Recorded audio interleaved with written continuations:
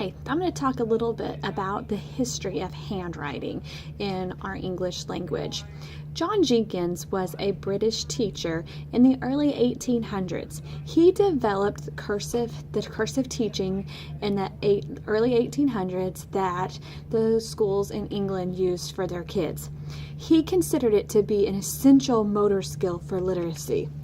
He created 6 pen strokes, when combined, could form all 26 letters of the English language.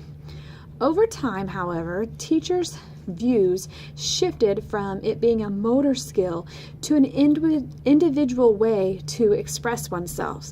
So we kind of started to get away from making every letter perfect and the same to letting people have a more individual style with their handwriting. Then that continued for a while. Then Marjorie Wise came along. She was a British school teacher and she came to the U.S. in 1922. She was a reading specialist at the University of Columbia. She introduced to the United States schools a print script called manuscript that was also called ball and stick in the UK. This was our first print version of our language that was introduced into schools. She advocated that children be taught the print manuscript before cursive, and her word caught on in the school system in the United States. It was widely embraced by American teachers, and they were all on board to use it before cursive in public schools. The U.S. eventually adopted ball and stick manuscript as an official way to teach children in the schools.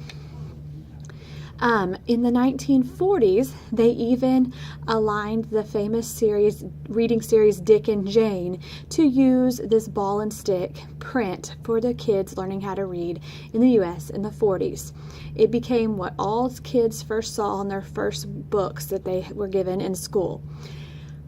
Wise later started to notice that the print caused reversal errors and other errors in children's writing that weren't really happening with the cursive writing before she introduced the ball and stick. She later regretted being an advocate for it to be in public schools the way it was, and she thought that we probably should have just stuck with the cursive, but it was too late and it was already widespread in the United States and there was no changing it. Currently, we've been going along with print and cursive in our school systems. We're kind of currently in another transition phase.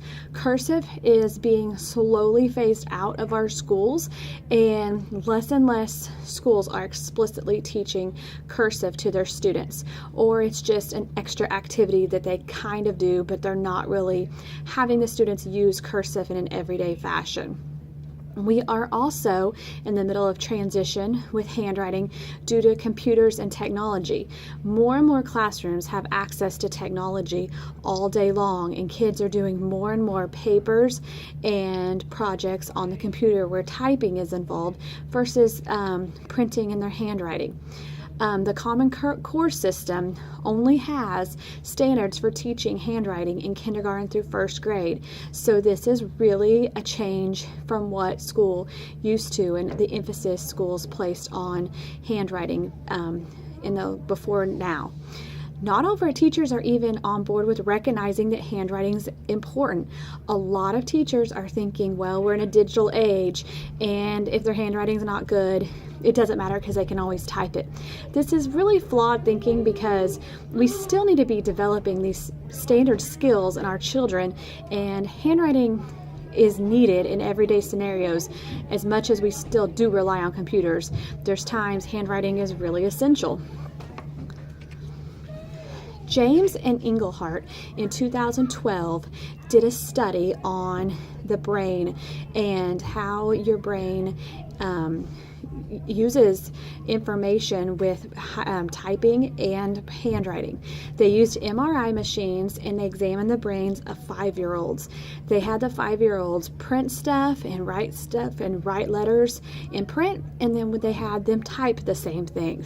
What they found is that we use areas of our brain for handwriting and the formation of letters for learning letters and learning reading that we don't use for typing. So in essential, learning handwriting is essential for helping us learn how to read, and we need to be very careful with cutting that out of our school system altogether, like we already are starting to do with cursive.